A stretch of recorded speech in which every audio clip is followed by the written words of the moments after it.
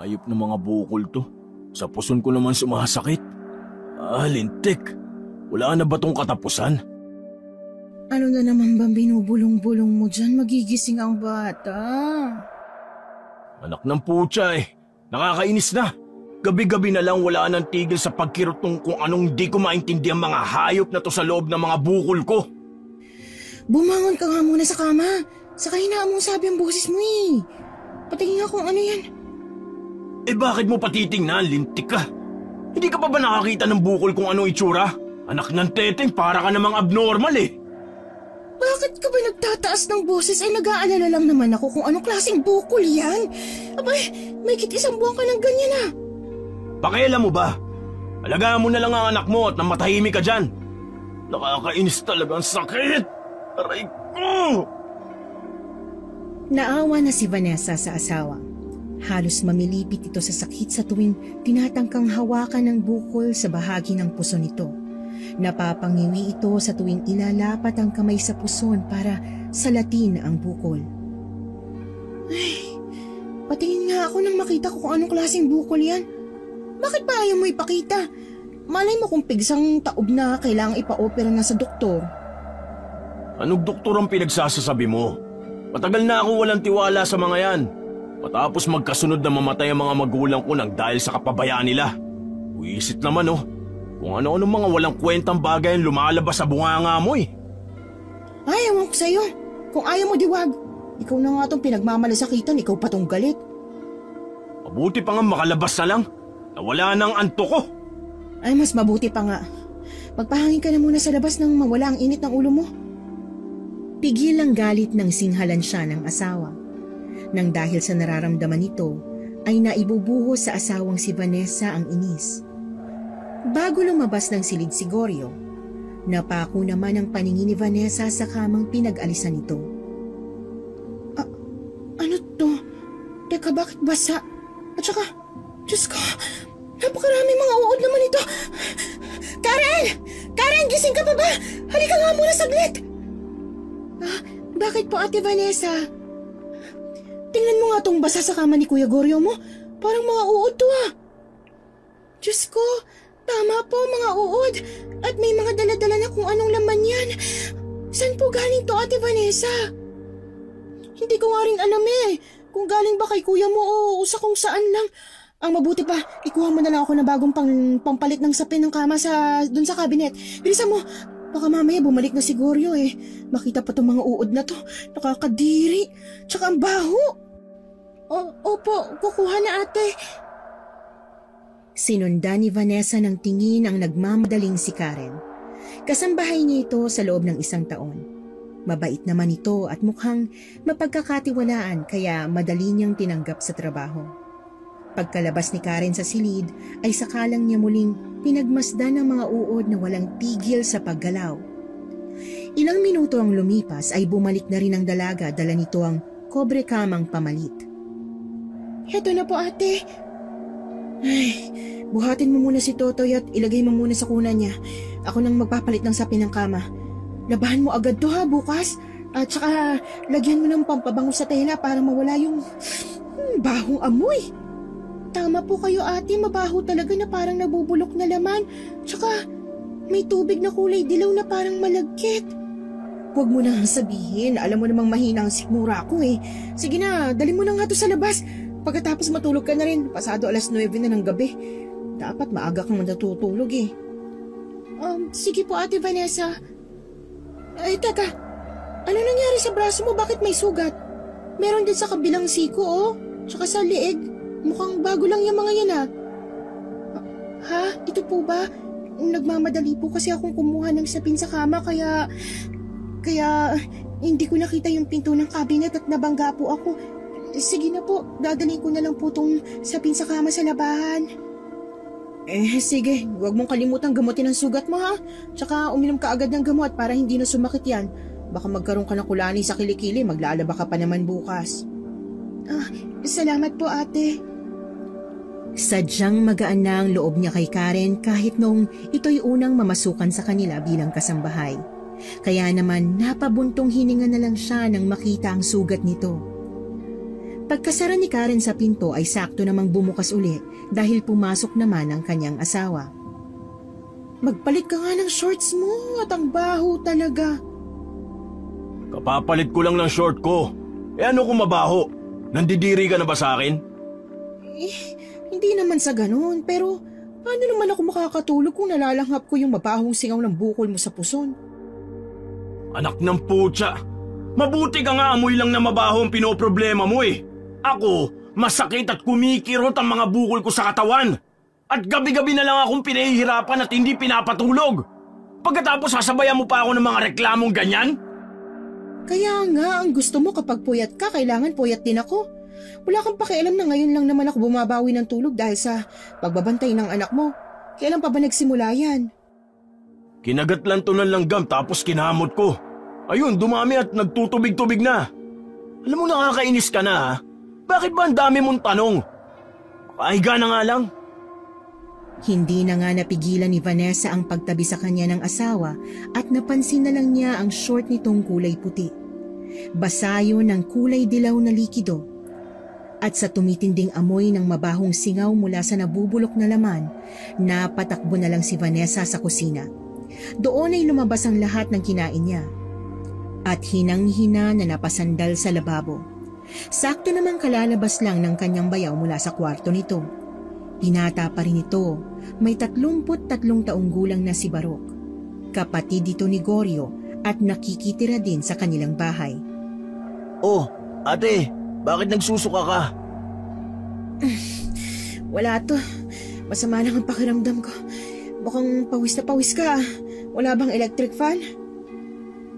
Meron naman ate. Kaya lang maalinsangan ng paligid eh. Mukha yatang uulan. Sige po, akala ko kasi kung sino yung nagsusuka eh. Ako lang to. May nakain yata akong hindi tinatanggap ng sikmura ko eh. Siya nga pala, Barok. Ano kaya kung samahan mong kuya mo na doon sa albularya para matingnan yung bukol niya sa puso niya? Naku, ate, alam mo namang mahirap kumbinsihin si kuya pagdating sa mga ganyang bagay.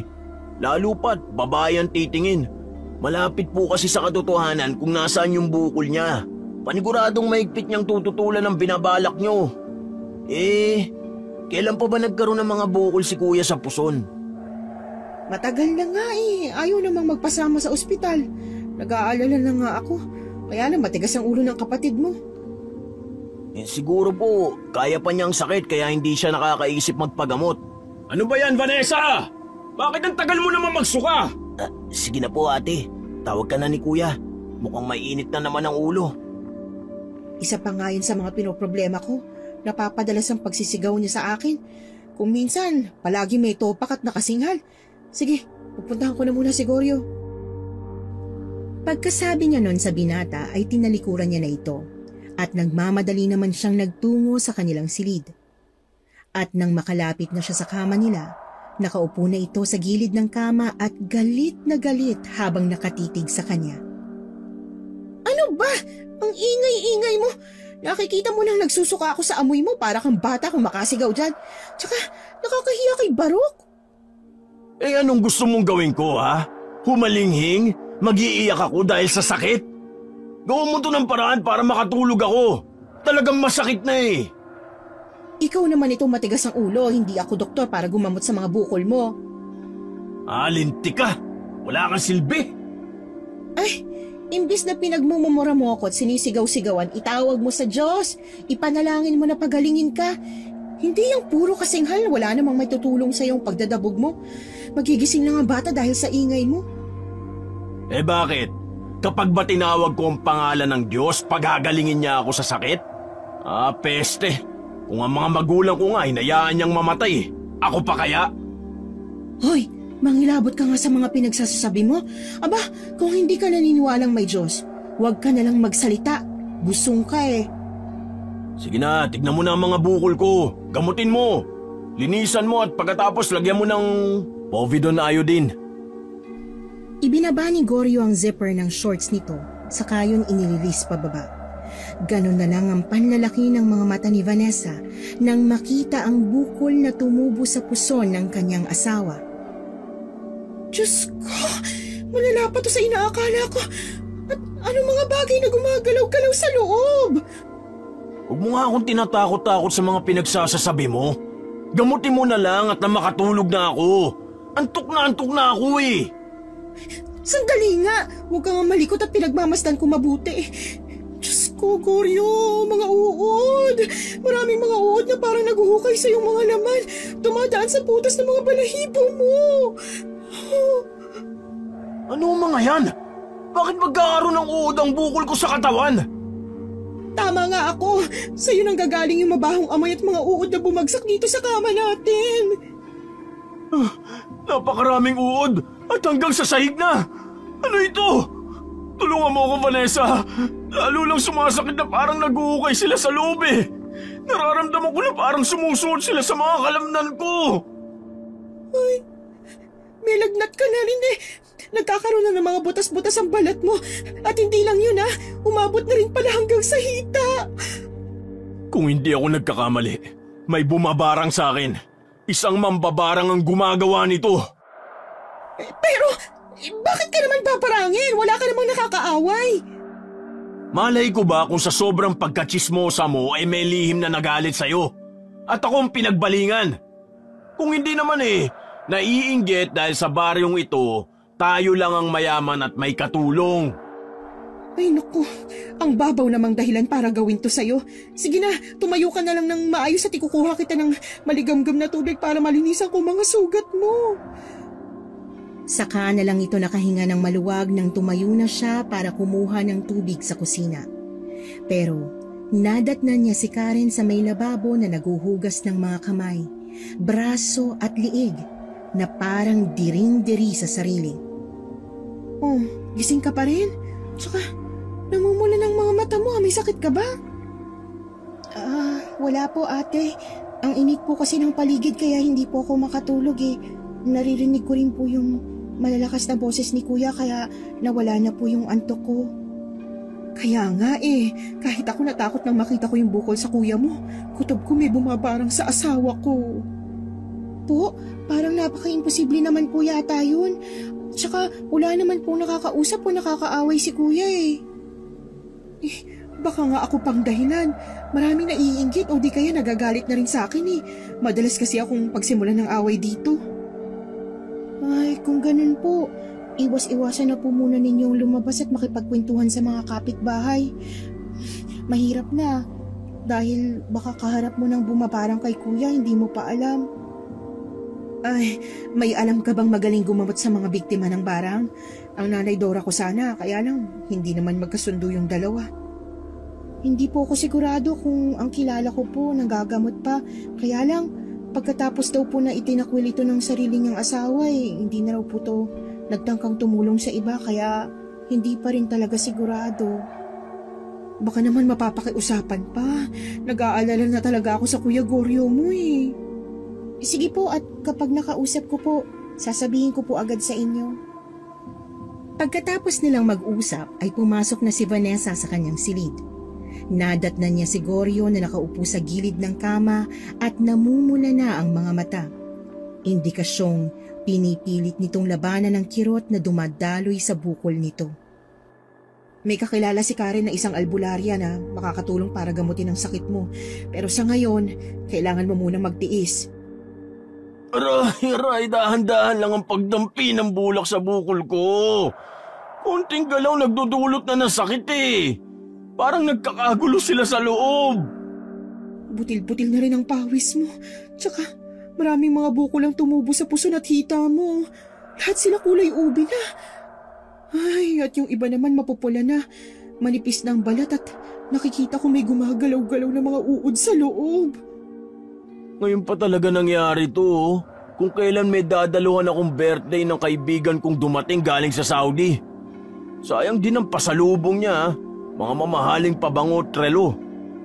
Pwede ba? Unahin mo munang kalusugan mo bago mga material na bagay. Alalahanin mo, hindi madadala sa hukay ang mga bagay na nandito sa lupa. Buhay pa ako. Bakit hukay na agad ang pinagsasasabi mo? Pinagdarasal mo yata mamatay na ako para masolo mo kayamanan ko. Pinaiinit mo na lang lagi ang ulo ko Buhay ka pa nga pero inuud ng katawan mo. Hindi ka ba natatakot na kung binabarang ka nga, may posibilidad na maaaring humantong sa kamatayan ang sakit mo? Mabuti kung mahusay na manggagamot ang matagpuan natin. Paano kung hindi at wala naman palang kakayahan? Tapos ka na ba?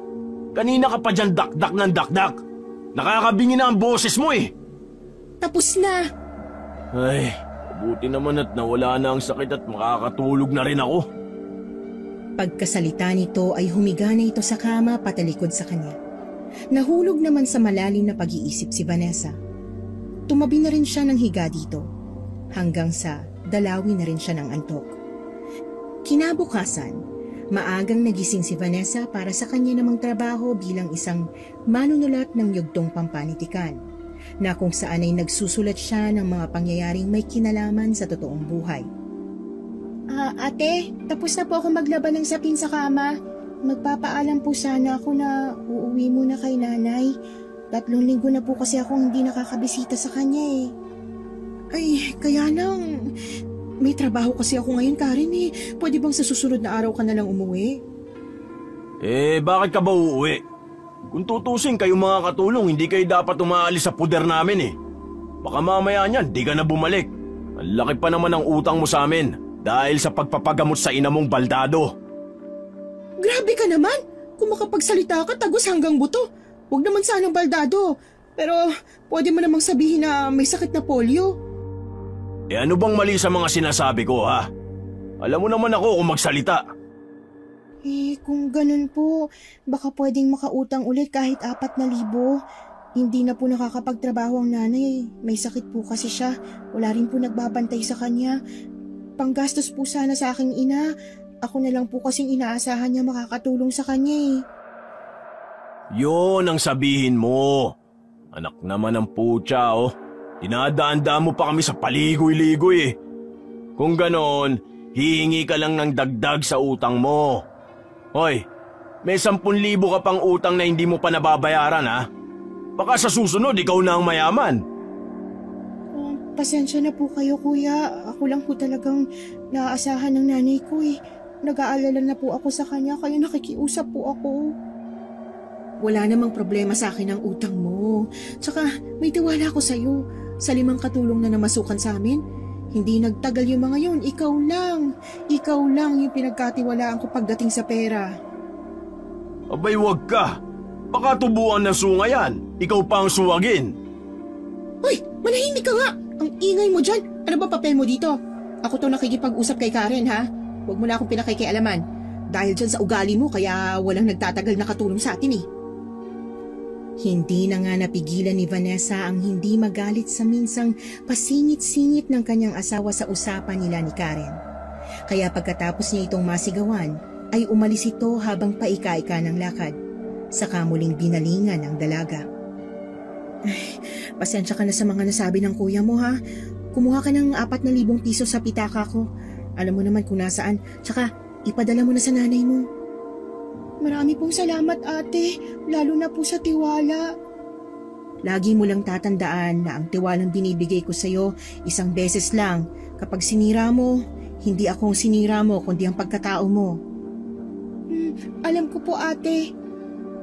Sige na at ikaw nang bahala muna kay Totoy. Ano po palang gusto niyong ulam ngayong almusal?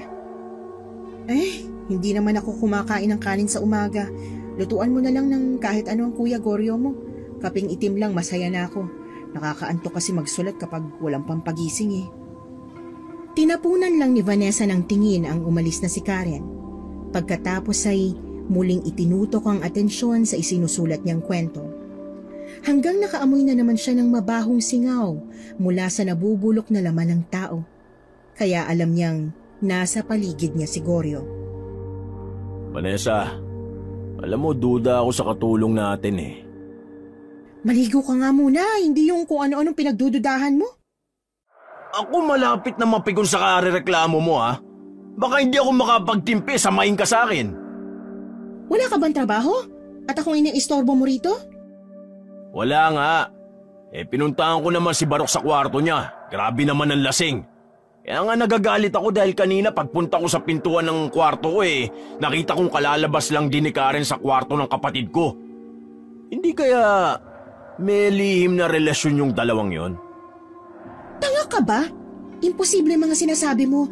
Kaya pwede, magpasama ka na kay Barok para magpagamot sa kakilala niyong albularyo. At tingin ko may problema na rin yung utak mo. Wag na. Sa gabi lang naman to sumasakit eh.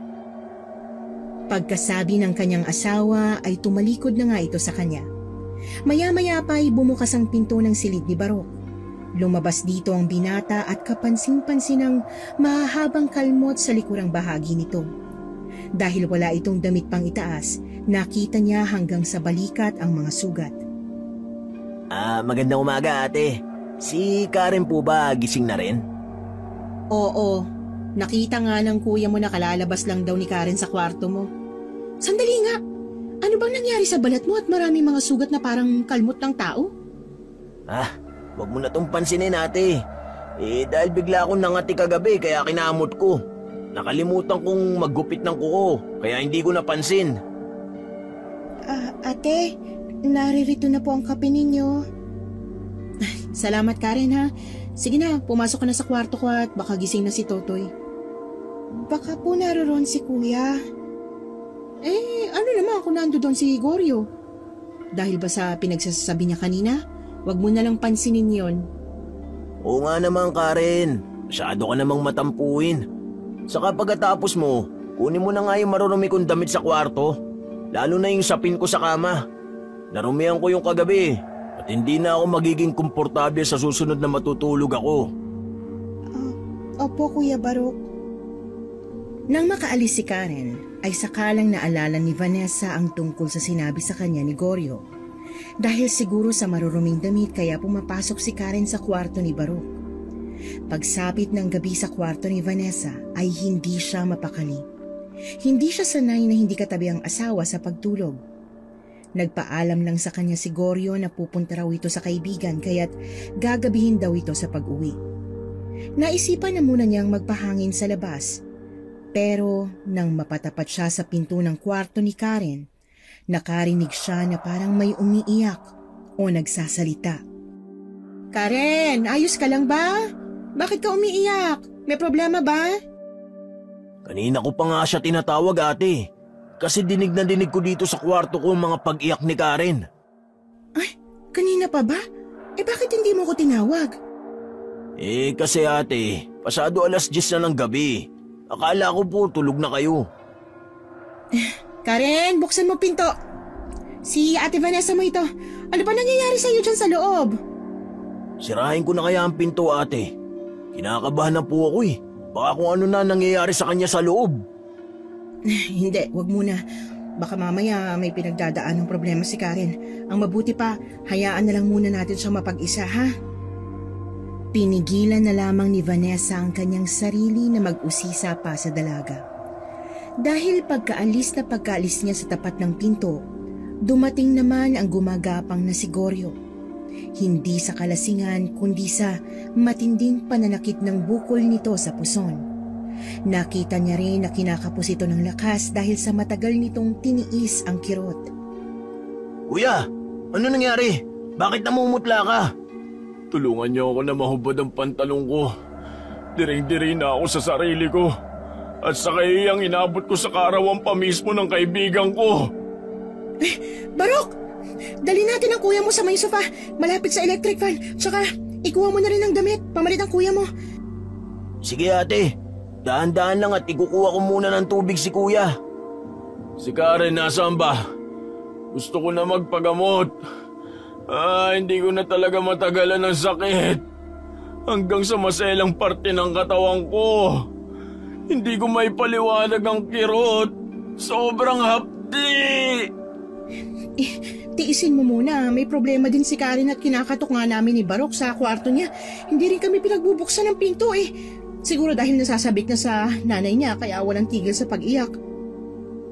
Peste naman parang wala tayong katulong. May mas bibigat pa ba sa problema ko?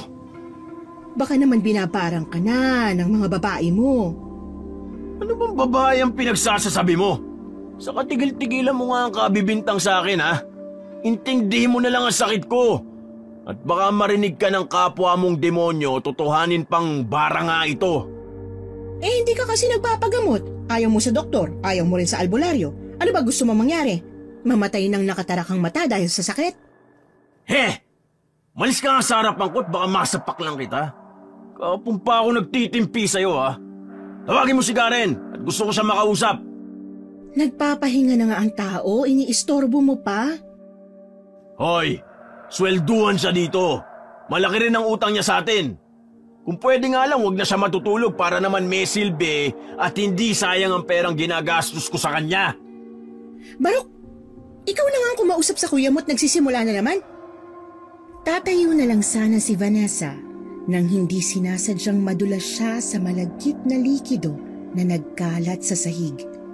Lumapat yon sa palad niya kaya naamoy niya ang mabahong amoy ng nabubulok na laman ng tao. At sa tindi ng pandidiri sa nahawakan, hindi na rin niya napigilan ang masuka. Kung mahina ang sikmura mo, huwag ka na lang dumikit sa akin. Dahil para mo na rin akong pinapatay kapag nakikita kita nagkakaganyan sa harap ko eh. Ate, ako na dito. Magugas ka na lang ng kamay. Kung alam ko lang na si Barok pala ang mag-aalaga sa akin pagdating ng araw, di na sana ako nag-asawa ng walang silbi. Ay, tumigil ka! Kahit sino masusuka talaga sa amoy mo. Hindi ka ba nababahuan sa sarili mo? O sadyang manhid ka na at wala nang pakiramdam sa katawan mo? Tawagin mo na lang si Karen. Hindi yung kung ano-ano na lang ang mga pinagsasasabi mo dyan. Kahit madulas ay nagawa ni Vanessang tumayo at maglakad papunta sa lababo. Doon ay paulit-ulit niyang sinabunan ng mabangong sabon ang palad niya. At kahit may sabon na yon, nangingibabog pa rin ang mabahong amoy nito. Naligo na rin siya at nagpalit ng damit. Saktong paglabas niya ay nakita niyang muling naghihilamos ng tubig si Karen. Mapupula ang mga mata at napakaraming sugat sa katawan. Kanina pa ako nag-aalala sa iyo pati sa pag-iyak mo sa loob ng kwarto mo. Ano bang problema at nagkakaganyan ka? Wala po ate. Malalaman din ninyo kung bakit. Basta ate, parang gusto ko na pong umalis dito. Nagatakot po ako sa bahay na to. Ano? Yung mga kasama po kasi natin sa bahay, parang may mga weirdong kinikilos. Pati yung biglaang pagkakasakit ni Kuya Goryo. Napapadalas yung pagsisinghal niya sa akin. Katulad ngayon, tinatawag niya ang pangalan ko.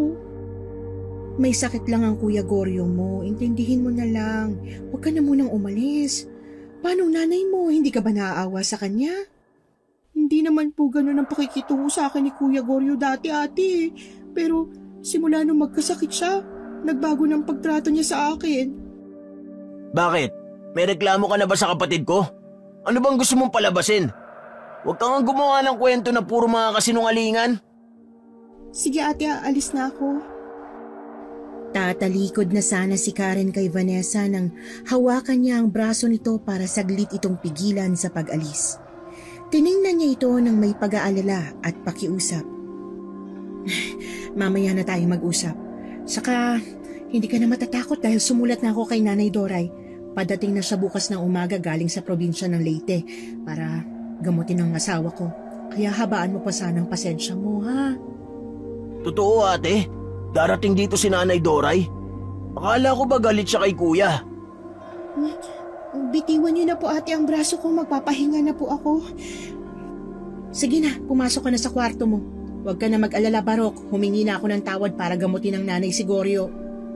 Salamat ate. Hihintayin ko na lang po si Nanay Doray bago ko magdesisyon kung aalis ako o mananatili sa bahay ninyo. Ikaw naman Barok, may ginawa ka ba kay Karen at nagkakaganon siya? Wala ate. Ano bang pinagsasasabi mo? Ngayon ko lang nakitang natakot ng ganon si Karen. Napansin ko rin na nanginginig ang mga kamay niya. Sana nga wala. Ayaw kong masaktan si Karen dahil para ko na rin siyang kapatid. Wala nga ate.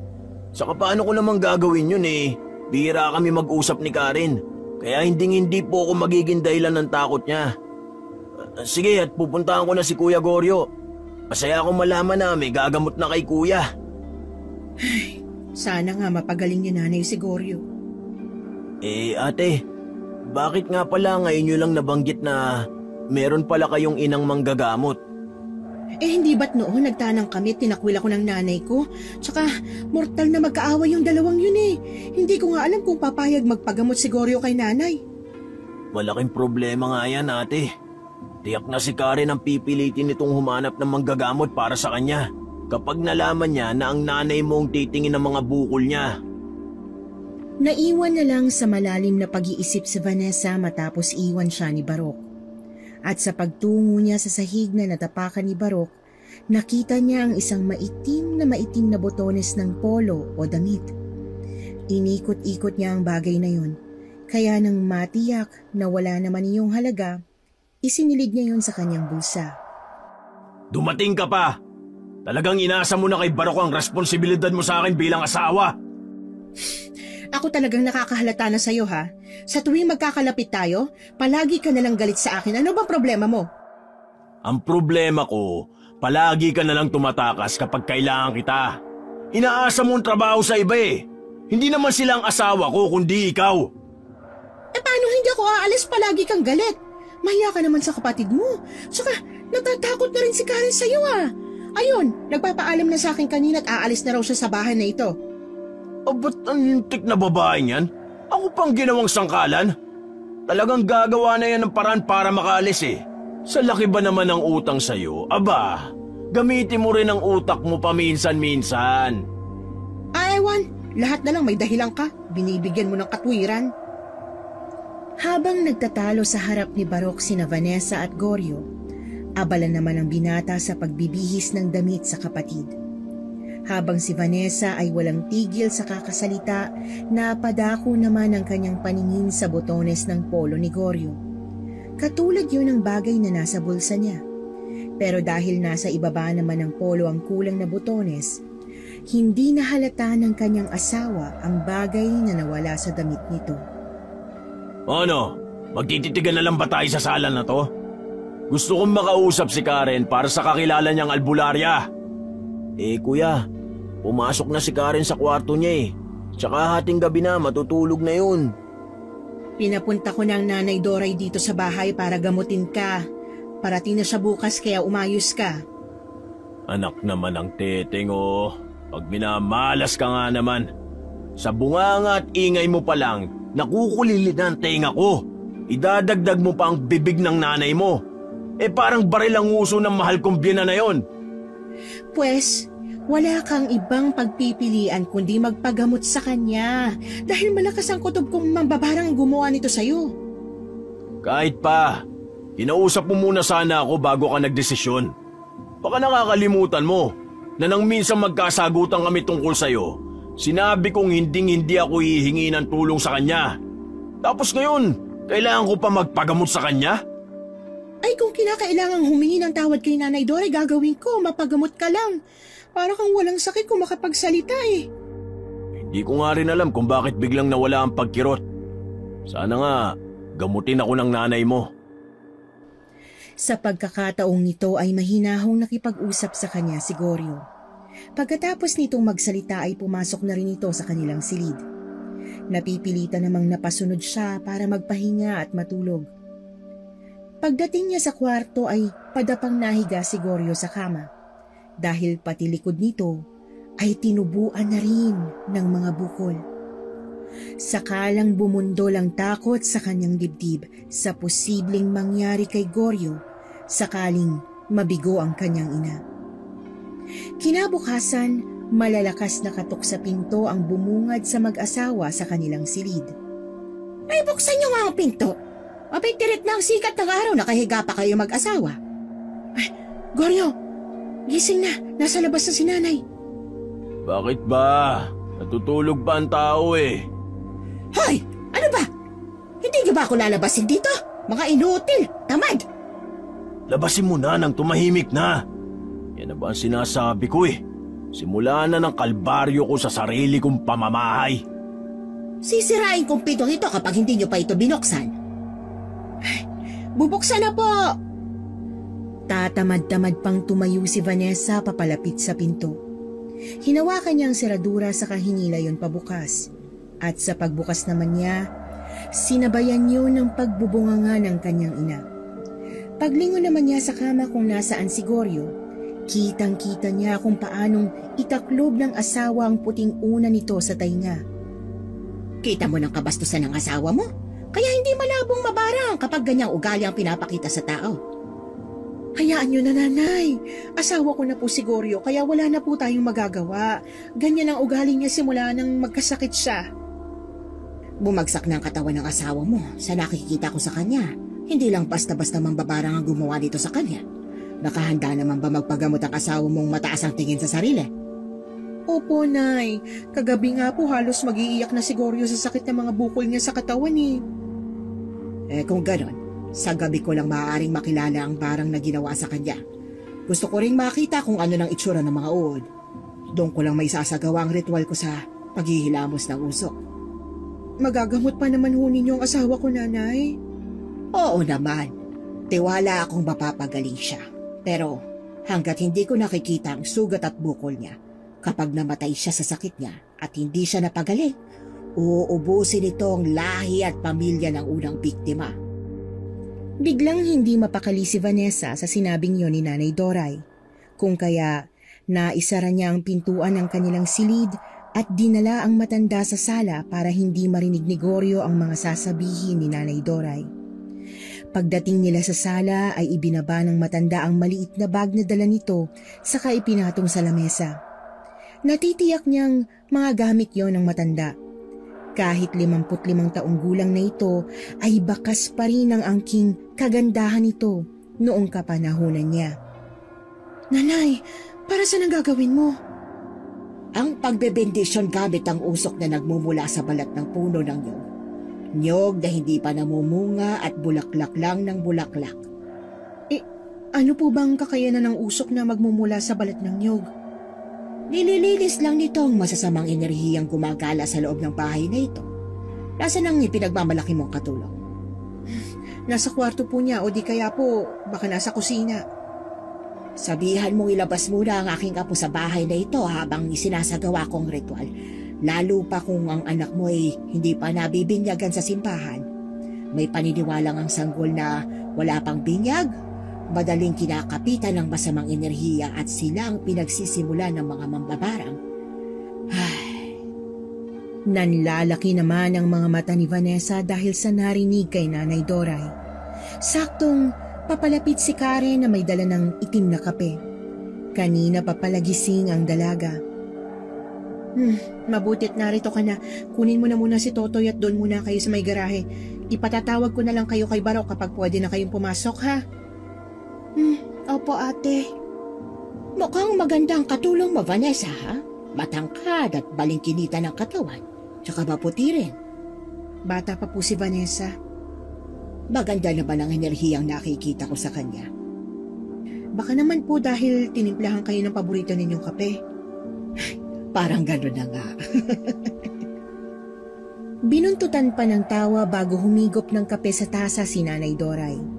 Habang hinihintay nitong makalabas ang may dala ng bata na si Karen. Pagkatapos ay muli nitong binalingan ang panindi at balat ng nyog. Mariin itong nakapikit saka umusal ng panalangin. Tumayo ito at umikot sa kabuuan ng bahay. Habang nakapikit ay nagpaalalay itong makabalik sa lugar kung saan ito nanggaling. Para naman akong sira nito, Nanay Doray, kailangan po ba talagang alalayan ko kayo? Pwede naman ninyong imulat ang mga mata ninyo, ah. Hindi maaari.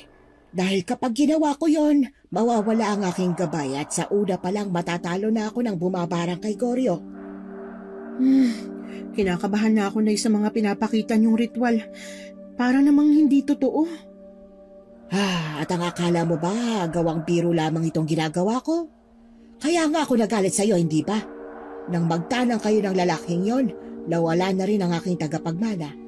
Kaya kahit matanda na ako, kailangan ko pa rin gawin kung anong nakaatang na tungkulin ko rito sa lupa. Pwede na po kayong magmulat. Nandito na tayo sa may sofa. Sakalang ding nagmulat ng mga mata si Nanay Doray. Inalalayan ni Vanessa na makaupo ang kanyang ina at parang hinang-hina itong napasandal sa sofa. Pagkatapos ay muli itong nagsalita. Maghihintay muna tayo ng pagdilim saka ko titingnan ng mga bukol sa katawan ni Goryo. At kung pwede, kapag ginagamot ko siya, huwag muna siyang magsasalita, lalo na akong pagmumura. Opo, Nanay. Ubusin niyo na po muna yung kape niyo at pupuntahan ko na muna si Karen sa garahe. Baka naiinip na yon. Pwede na. Teka, ano bang nabukol sa bulsa mo na may mabigat na enerhiya sa loob? Ito po ba, Nanay? Napulot ko lang po itong botones kanina. Sa polo pala ni Goryo. Kulay itim po kasi. Pahiram muna at nang maitabi ko kung gamit yan ni Goryo. Dito na yan sa akin para kung sakaling mangangailangan ako ng gamit niya ay may mailalagay ako sa baong may baga para pausukan ko. Pagkatapos po, ibalik niyo sa akin, ha? Kakailanganin ko rin ang damit na pinaglalagyan nito kung polo o short. Suot pa po ni Goryo. Sige na, puntahan mo na si Karen. Iiling-iling na nagtatakang tumalikod si Vanessa sa kanyang ina para puntahan sa garahe si Karen. Pagdating niya doon, nakita niyang parang may pinagtatalunan sina Barok at Karen. Pero nang lumapit siya, ay bigla itong tumigil at mabilis na nawala ang nakita rin niyang galit sa mga mukha ng dalawa. Oh, ate, nariyan ka na pala. Akala ko kasi nilabas lang talaga ni Karen si Totoy. Si Nanay Dora yung nagpalabas sa kanya para magsagawa ng ritual. Hindi ko alam nagising ka na pala. Hinahanap ka ni Nanay kanina eh. Karen, akin na si Totoy. Mauna na kayong pumasok. Opo ate, papasok na po ako. Sasabay na rin po ako kay Karen. Tangulang ang isinagot ni Vanessa sabay sa pagtalikod ng dalawa. Nang silang dalawa na lang ni Totoy ang nasa garahe, napansin niya ang isa pang kulay itim na botones. At sa pagyuko niya para damputin ang bagay na yon, napansin niyang may bahid ito ng dugo. Muli siyang napasulyap sa pintong pinasukan ng dalawa. Siya namang paglabas din ni Nanay Doray. Ano ba't ang tagal mo? Nakasalubong kong dalawa, naubos ko ng kape ko, hindi ka na bumalik. Nakakita po kasi ako ng botones na kaparehas ng nakuha ko at binigay ko sa inyo. May bahid po ng dugo at hindi ko alam kung bakit kinabahan ako nang mahawakan ko ito. Malalaman lang natin kung anong ibig sabihin nito pagsapit ng gabi sa muling pagsakit at pagtibok ng mga bukol sa katawan ni Goryo. At kung hindi ako nagkakamali, maaaring dalawa ang kanyang bibiktimahin. Bakit kaya Nanay? Biglang umatake sa pamilya ko ang mambabarang. Dalawang uri ng mambabarang na kadalasang binabaliwala lang ng tao. Isang malayo at isang malapit. Hindi natin sila matutukoy kapag alam nilang may humahadlang sa kanilang kapangyarihan. At kapag hindi ko ito nakayanang labanan, maaaring ikamatay ko. Delikado po palang maging isang manggagamot ng mambabarang. Kung may kontak lamang ako sa kaibigan kong isang mambabarang din, pwede niyang kontrahin ang bumarang sa asawa mo. Bakit po ba kayo naghiwalay? Ay, mahabang kwento. Biktima kasi siya ng panggagahasa noon at nagbunga ang pang-aabusong yun sa kanya. Itinakwil ito ng dati niyang asawa na kaibigan ko rin. Kaawa-awa ang sinapit ng gumahasa sa kanya. Pinatay niya sa pamamagitan ng pambabarang. Tama lang pong ginawa niya. Hindi siya dapat lumayo sa inyo. Ang alam ko kapag gustong pumatay ng isang mambabarang, kailangan ng may kapalit. Hindi ko alam kung anong inalay niya sa hari ng itim na karunungan at bigla siyang nawala. Naniniwala naman po ako na kaya ninyo, Nanay. Pumasok na po tayo sa loob at bigla akong pinagtaasan ng balahibo sa katawan. Pagkatapos mag-usap ng mag-ina sa labas ng garahe, nagpasya na silang pumasok sa loob ng bahay hanggang sa may sala. Dito nila nadatnan ang nakaupong si Goryo habang nakasandal sa sandalan ng sofa. Akala ko wala na kayong balak pumasok sa loob eh. Magsisimula ka na naman ba? Nainip lang ako. Ano, Nay? Gagamutin mo na ba ang sakit ko? Oo, pagsapit ng gabi, kapag nagsimulang manakit ang mga bukol mo sa katawan, indikasyong nagsisimula na silang magsipaggalaw. Ang ibig niyo pong sabihin, kailangan ko pa masaktan bago niyo ako gamutin? Santa Maria naman, Nanay. Halatang may galit pa rin kayo sa akin yan eh. Ang ugali mong yan ang kinaiinisan ko eh. Paano ko malalaman ang sakit mo kung tahimik ang kirot sa katawan mo? Tsaka, huwag mong maipasok-pasok ang personal na problema natin sa usapang ito. Buhay mo ang nakataya. Epektibo ba naman? Maghinay-hinay ka nga sa mga pinagsasabi mo. Ina ko pa rin ang kaharap mo ah. O siya, maghihintay na lang ako sa pagsakit ng mga bukol ko. Kakainis talaga. Kailangan mong magtiis kung ayaw mong pati ang kapatid mo'y madamay dito. Huwag niyo nga akong pinaglololo ko. Teka, nasan ba si Barok ngayon? Pumasok kanina dito kasama si Karen. Oh, nandirito na pala si Karen eh. Oy Karen, nakita mo na ba ang Kuya Barok mo? Pumasok po kanina sa silid niya. Masama daw po ang pakiramdam eh. Tsaka napansin ko po sa mga sugat niya dumudugot, kumikirot na daw. Peste talaga yung lalaking yan oh. Baka napaaway dyan sa kanto. Baka naman hindi. Tanungin mo na muna si Barok. Malakas ang kutob ko na hindi simpleng sugat ang nararamdaman ng kapatid mo dahil nagsisimula ng parang sa pamilya ninyo. Ay nako, naloko na.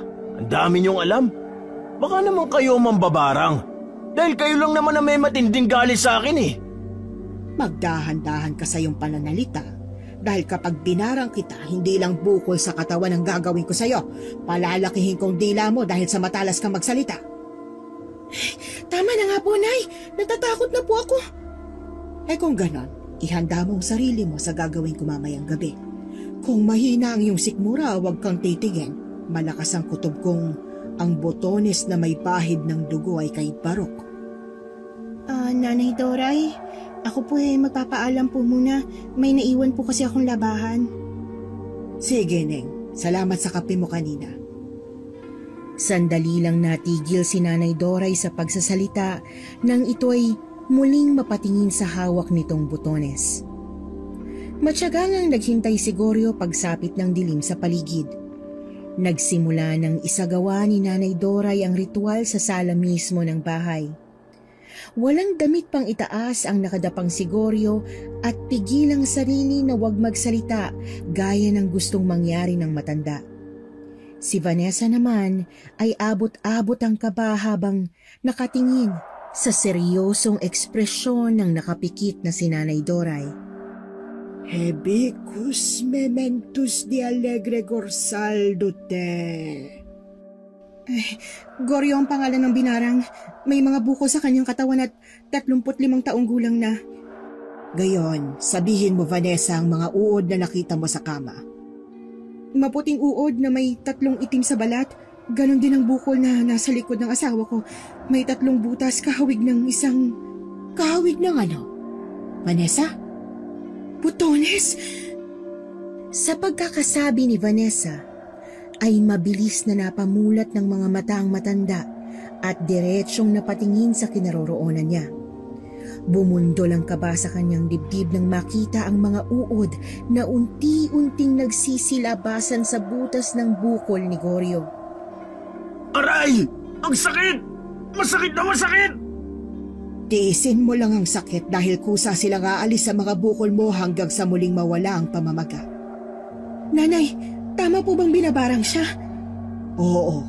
Isang malupit na paraan ng pambabarang na kung tawagin naming mga albularyo ay isang uod na ok-ok. Bakit ok-ok, Nay? Dahil mga uod silang naghuhukay ng laman. Unti-unti nilang kinakain ang laman ng tao hanggang makarating sila sa puso.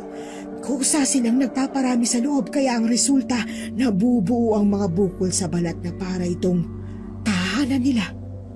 Diyos ko, Nanay, nakakatakot naman.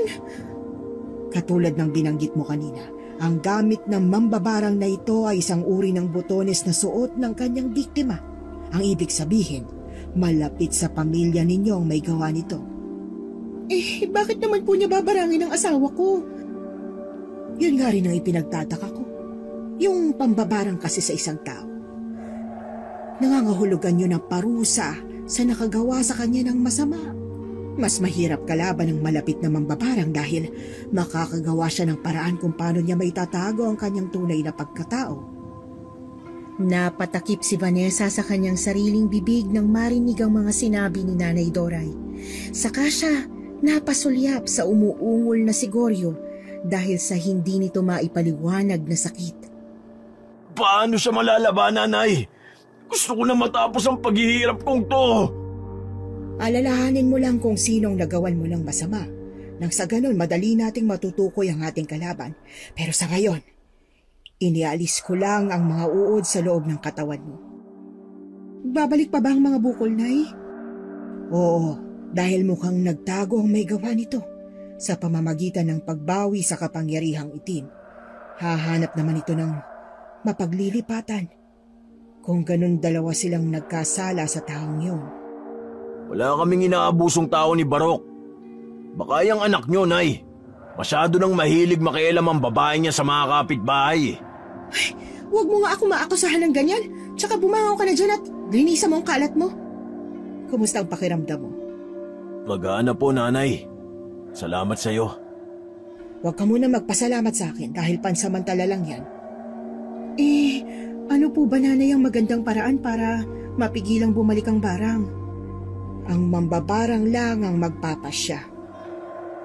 Nahulog na lang si Vanessa sa malalim na pag-iisip nang biglang lumapit sa kanila si Karen na humahangos at takot na takot. Nabaling ang tingin nila sa babae. Ate, si Kuya Barok po.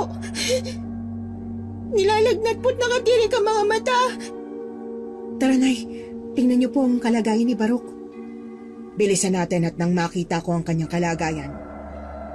Sabay-sabay silang nagsitungo sa silid ni Barok at pagdating nila sa loob, nanginginig ito at namumutla. Mataas ang lagnat at hindi makapagsalita. Nilapitan ito ni Nanay Doray sa kahinawakan ng pulsuhan. Bakas sa mukha ng matanda ang matinding pag-aalala at napatingin sa gawin ni Vanessa. Kakaibang paraan na ginamit kay Barok.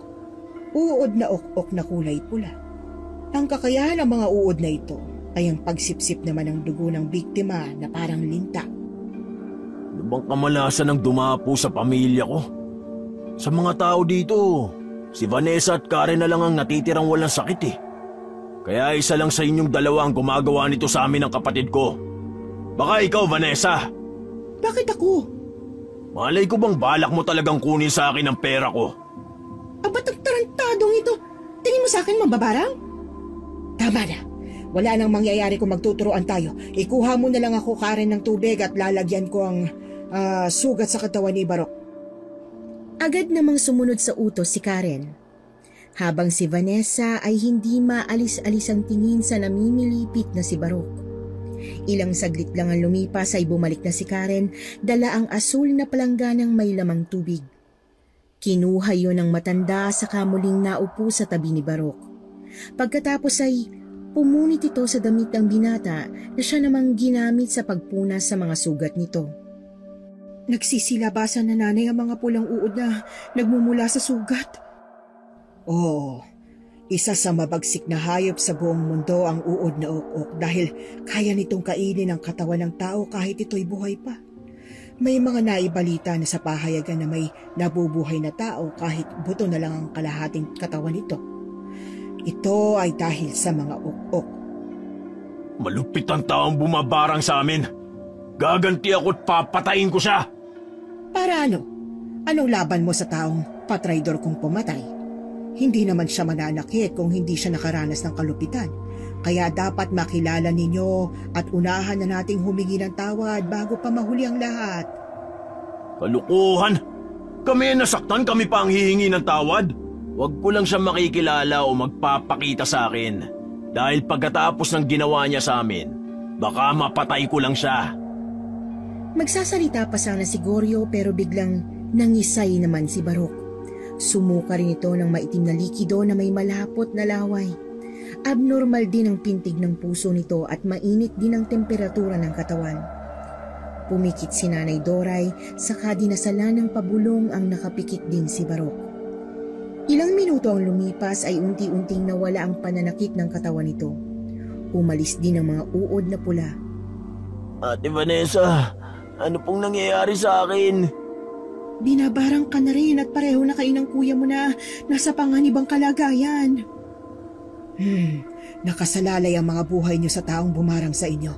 2 hanggang 4 na buwan ang itinatagal ng taong binabarang at kung hindi mapaglalabanan, mauuwi lang din sa kamatayan. Kuya, ayoko pa mamatay. Natatakot ako. Maayos ka nga. Para kang hindi lalaki. Walang mamamatay. Gagawa ako ng paraan para hindi tayo mamatay. Umiral na naman ang kahambugan mo, puro kayabang. Huwag mong turuan ang kapatid mo na maging masamang kagaya mo. Lintik lang talaga ang walang ganti. Papatayin ko siya kasama ng pamilya niya. Sinimulan niya to. Ako ang tatapos. Huwag mong sabihin yan, baka maunahan ka ng mambabarang, magsisisi ka. Naputo lang kanilang pag-uusap nang biglang magtatakbo si Karen papuntang kusina sa may lababo. Napasunod naman si Vanessa at naabutan niya itong walang tigil sa pagsusuka.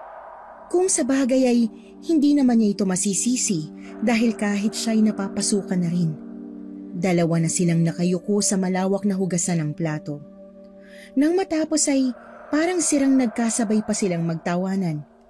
Na ikinainis naman nang sumunod din si Goryo. Kami ba ang pinagtatawanan nyo? Bakit ka sumuka, ha, Karen? Baka buntis ka. Nako, hindi po. Bata pa po ako para matutunan ng mga bagay na yan. Nasisiraan ka na talaga ng bait, ano? Paano mabubuntis? Wala ngang nobyo. Anong malay natin kung sa pagpapaalam sa atin para bumisita sa kanyang ina, sa hotel pala pumupunta. Katagpo ang kasintahan niya. Baka kapag binibigyan mo ng pera binibigay niya sa lalaki niya. Nasaktan ang damdamin ni Karen nang marinig ang sinabi ni Goryo. Bigla itong napaiyak at tumakbo palabas ng kusina. Galit namang binalingan ni Vanessa ang asawa dahil sa walang prenong pagsasalita nito. Kita mo na, ang hirap sa'yo, wala kang preno sa pagsasalita eh. Hindi mo muna iniisip kung nakakasakit ka na. Sige na, humingi ka na tawad sa kanya. Bakit ako hihingi ng tawad sa kanya? Katulong ko lang naman siya. Masyado namang maramdamin.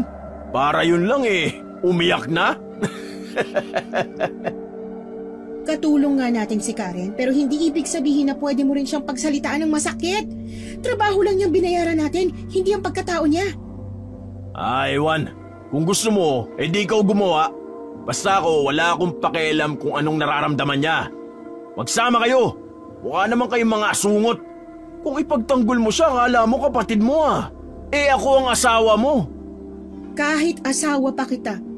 Kung nakagawa ka ng hindi maganda sa kanya, ako mismong makakalaban mo.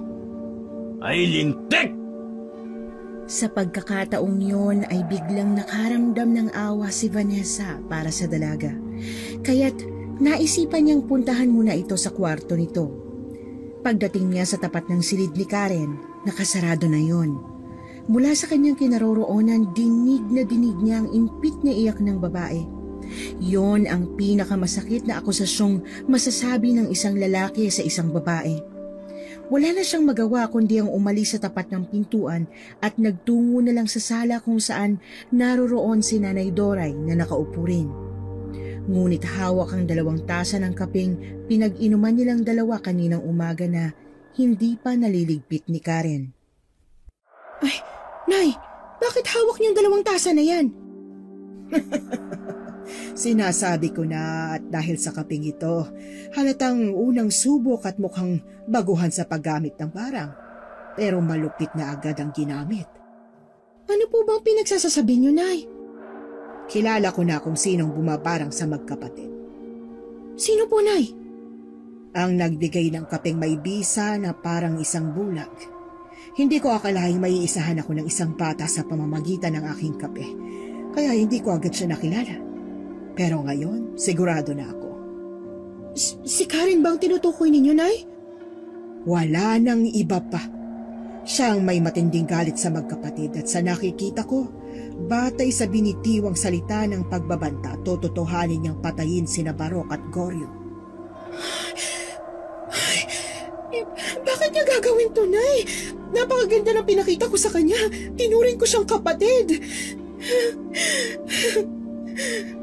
Ang maganda niyan, kausapin natin mamayang gabi si Karen sa kanyang silid at kahit na anong mangyari, wag mo munang ipapaalam kay Goryo baka kung ano pang gawin niya. Opo, Nay. Kapag nagmatigas siya sa itatanong natin, ang 2 botones na ginamit niya sa magkapatid ang siyang ibabalik ko sa kanya. Ano nang mangyayari sa kanya? Siya ang mamamatay ng mabilis, higit pa sa inakala niya, kasama ang mga uod na ukok. Dahil kung hindi natin yung gagawin at malalaman niyang alam na natin na siya ang mambabarang, papatayin na niya ang magkapatid. Diyos ko, paano niya ito nagawa sa amin? Akala ko mabuti siyang tao. Tigilan mo ang iyong galit kapag kaharap natin siya mamaya, ha? Sana nga, Nay, dahil talagang masasaktan ko siya.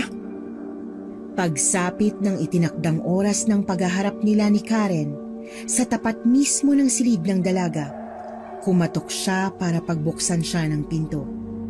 Sakto namang nakatulog na ang 2 lalaki dahil pasado 12:00 na yon ng hating gabi. Karen, gising ka pa ba? Pwede ba tayo mag-usap? Bakit po, ate? Namumugto ng mga mata mo, ah. Alam kong dinamdam mo yung mga sinabi sa'yo ni Goryo. Pwede bang pumasok? Doon tayo mag-usap, kasama ko si Nanay Doray. Po, ano po bang pag-uusapan natin?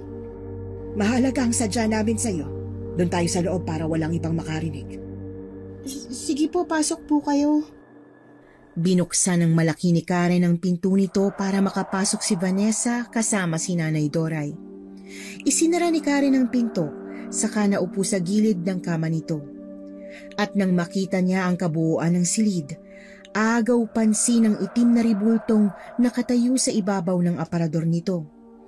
Kasya ang 2 tao at pwedeng magtago hanggang sa loob. Pero iba ang sadya nila sa dalaga. Hindi na ako magpapaligoy-ligoy pa. Bakit mo binarang ang magkapatid? Anong kasalanan nila sa'yo?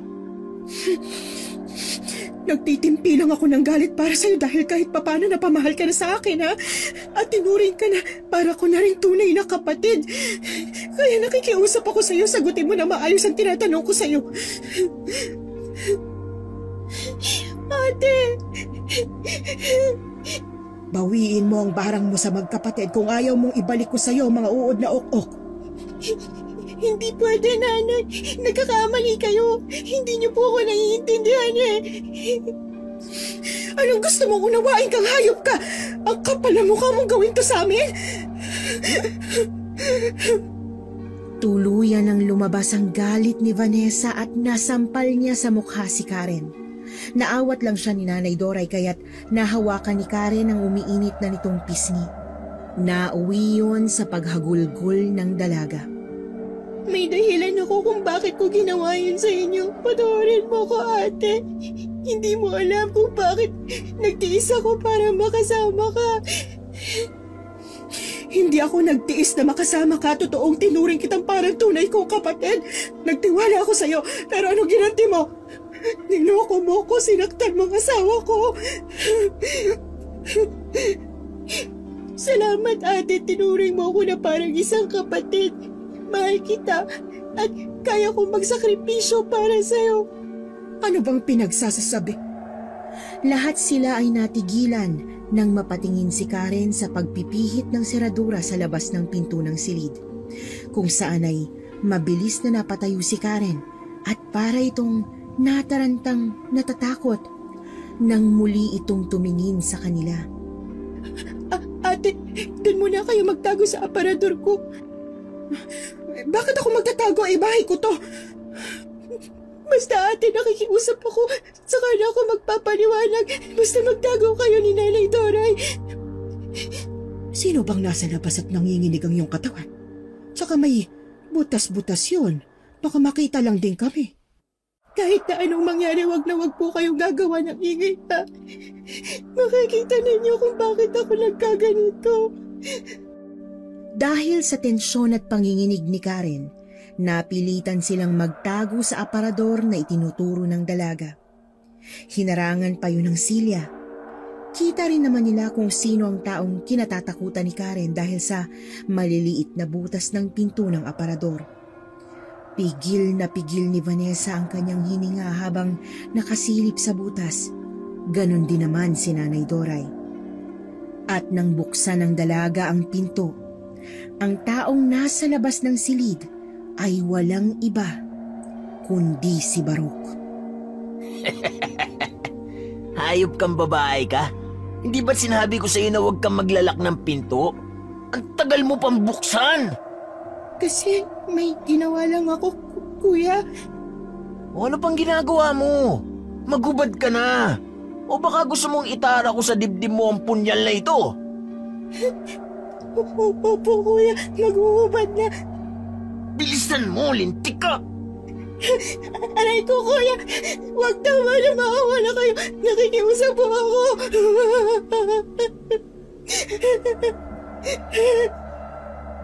Abot langit ang pagpipigil ni Vanessa upang wag umiyak sa kalapastangan ng iyon ni Baruch sa kaawa-awang si Karen. Umagos ang kanyang mga luha at sa isip ay pinagmumura niya si Baruch dahil sa matinding galit. Kinagahasa pala nito ang dalaga gabi-gabi at wala siyang kaalam-alam sa mga nangyayari. Pagkatapos nitong gawin ang kahalayan sa babae, parang walang nangyaring lumabas ito ng silid. Naiwan ang humahagulgol sa iyak na si Karen. Hayop!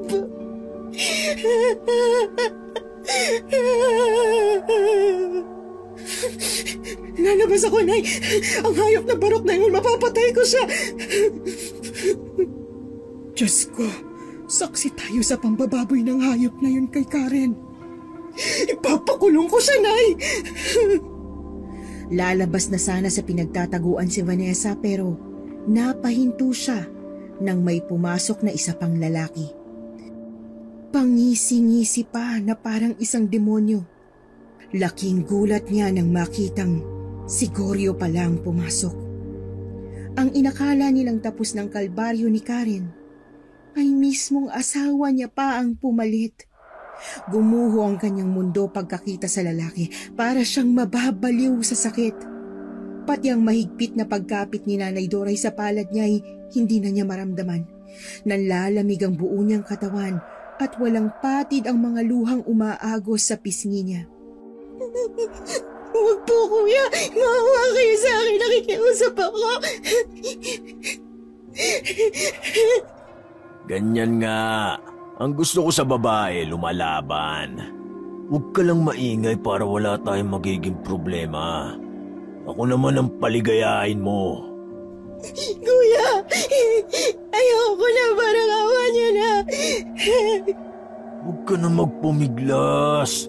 Matagal na natin ginagawa to ha? Pagbabayaran niyo to! Kayo na kapatid mo! Mga demonyo! Hayop! Mamatay na kayo! Halos maubusan ng boses si Karen habang hawak ang kumot na nakabalot sa katawan nito. Pasigok-sigok ito nang lumabas si Goryo sa silid ng dalaga. Tumayo si Karen at napasandal sa pintong padaos-dos hanggang makaupo sa sahig. Habang si Vanessa, nanlalabo ang paningin dahil sa kanyang mga nasaksihan. Parang siyang namatay at hindi niya magawang tumingin kay Karen. Habang yakap-yakap ni Nanay Doray si Karen, ay napahagulgol naman ng malakas si Vanessa. Karen! Diyos ko! Sabihin niyo sa akin, ate, bakit hindi ko yun gagawin sa kanila? Magbabayad sila. Sinira nilang buhay ko. Bakit hindi ka umalis? Nagsumbong ka sana sa mga pulis.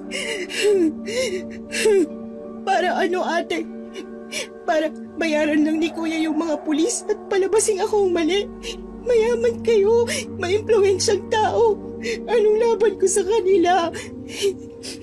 Pero bakit kailangan mo magtiis ng ganito? Dahil tinatakot ako ng asawa ni ate na papatayin niya si nanay at si ate Vanessa. Ayokong masaktan siya ng dahil sa akin. Mapapatay ko sila, mga hayop. Wala silang mga puso. Napaupo na lang din sa sahig si Vanessa dahil sa mga revelasyong natuklasan niya. Paano pa niya haharapin ang asawa? Ganong alam na niya ang kademonyohang ginawa nito kay Karen. Nakatulalang lumabas ng silid si Vanessa, diretso sa sala. Naroroon ang dalawang lalaki, kampanteng nakaupo, na para bang walang nangyari. Saan ka ba nagpunta, Vanessa? Nalibot ko na ang buong kabahayan sa paghahanap ko sa'yo ah. Oo ate, saka mapula po ang inyong mga mata. Parang galing kayo sa pag-iyak ah. Bakit hindi ka nagsasalita? Ano ba nangyayari sa'yo? Ate, may problema ba? Mga hayop! Demonyo! Pagbabayaran yung mga kababuyan yung dalawa! Ano ba pinagsasasabi mo dyan? Nakita ko! Kayong dalawa ni Barok, kayong dalawa pinaggagahasan niyo at binaboy niyo si Karen! Ang dapat sa inyo mamatay! Teka ate, mukhang hindi ko na rin nagugustuhan ang mga salitang lumalabas sa bibig mo eh. Ganyan nga, ipakita mong impakto kang tunay mo ugali. Hindi bagay sa'yo maging santo. Kaya pala, sa tuwing nakikita ko si Karen na naguhugas ng katawan na parang diring-diri sa sarili niya dahil sa pinaggagawa niyo kay Karen. Nagsisinungaling si... Hindi! Totoo lahat ang sinasabi ko. Kitang-kita ko ng halin-hina ninyong pinagsamantalahan si Karen. Dalawa kami ni Nanay Doray. Pinagtago niya kami sa aparador para makita namin mismo ng dalawa naming mga mata ang ginagawa ninyo. Sa ganoong paraan hindi kayo makakatakas sa pagsisinungaling. Ipapapulis namin kayo. Kuya, ayoko makulong. Tumahimik ka! Hindi tayo makukulong. Ang akala ba ninyo may pakukulong nyo kami? Pues nagkakamali kayo. Uubusin ko lahat ng pera ko para pangtapal sa mga mukha ng mga pulis. Hindi sa mga pulis. Sa akin kayo mananagot. Sa akin kayo nagkasala kaya tanggapin niyo ang malupit na parusang ipapataw ko sa inyo. Mga taong hayok sa laman para hindi na kayo pamarisan. Nagulat si Vanessa sa biglang paglitaw ni Karen sa likuran nila. Nakasuot na ito ng bestidang itim. Magulo ang damit at maitim ang mga mata. Ang nakakatakot nitong itsuray na dagdagan pa dahil sa hawak na 2 botones kung saan ipinakita nito kung paanong padaanin ang mga uod sa butas. Sa isang iglap na tumbang magkapatid at nagsilabasan ang mga uod. Sa tenga, sa bibig, pati sa mga mata. Goryo!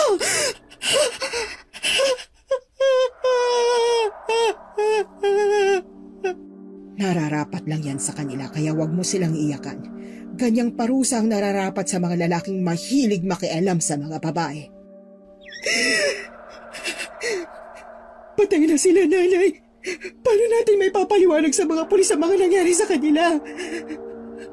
Ay, hindi maghihinala ang mga pulis dahil kitang-kita na para silang nahagnas na bangkay sa tulong ng uod na okpok. Ang mga okok na ang bahalang mag-iwan ng ebidensya para matukoy ang kanilang pagkamatay. Tapos na ako, ate. Kailangan ko na umuwi sa amin bago pa kunin ang paningin ko. Itong ginamit kong kapalit sa lahat ng pagtanggap ko sa itim na karunungan eh. Ang kakayahang ipinakita mo, Karen. Pamilyar yan sa akin.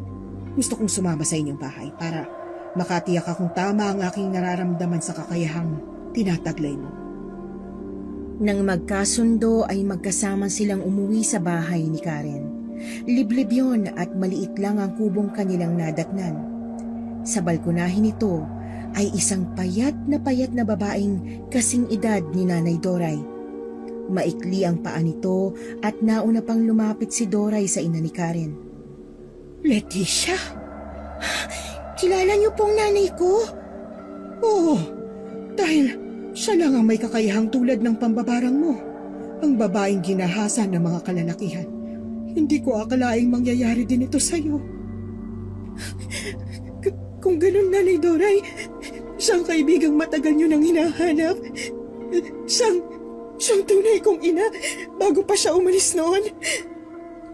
Napahagulgol ng iyak si Vanessa at nagtatakang napatingin din kay Karen.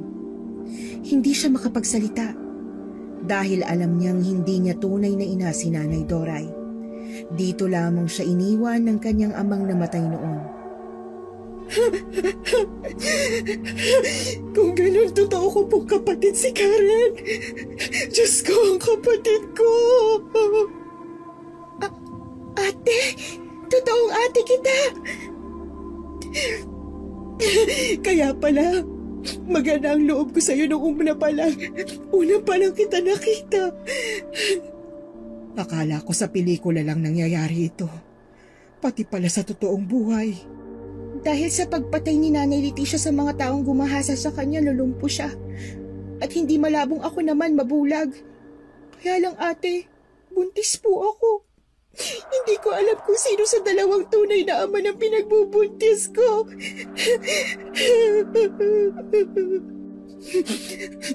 Palalakihin natin ang bata. Tutulungan kita. Ayoko sa bata, ate. Mamamatay ako.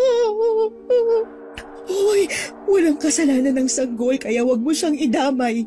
Gaano man kabigat ang mga nangyari sa'yo, hindi yan tamang solusyonan para wakasan ang buhay na hiniram mo lang. Lumuluhang napayakap si Vanessa sa kapatid. Ngayon ay hindi niya pagsisisihan ang mga nangyari dahil kasama siya sa nagbigay ng hustisya sa kanyang tunay na kapatid. Ilang buwan ang lumipas, nasa harap ng puntod ni Goryo si Vanessa kasama ang 2 taong gulang na anak nila at pati na rin si Nanay Doray. Sana'y wala ng babae ang mabibiktima ng panggagahasa. Para wala ring mambabarang na kailangan pang pumatay para sa hustisya. Nararapat lang ang kamatayan para sa kanila. Pero maling taong humusga sa buhay nila. Ate, umiiyak na si Gabriel kaya bumaba na ako ng kotse. Ang tungkod mo hawakan mong mabuti ha. Hindi ka na sanay bumaba. Pabalik na rin kami. Ate, nakakainip kapag bulag ka. Puro kadiliman ang nakikita. Sus! Tara na nga at hinihintay na tayo ni Leticia.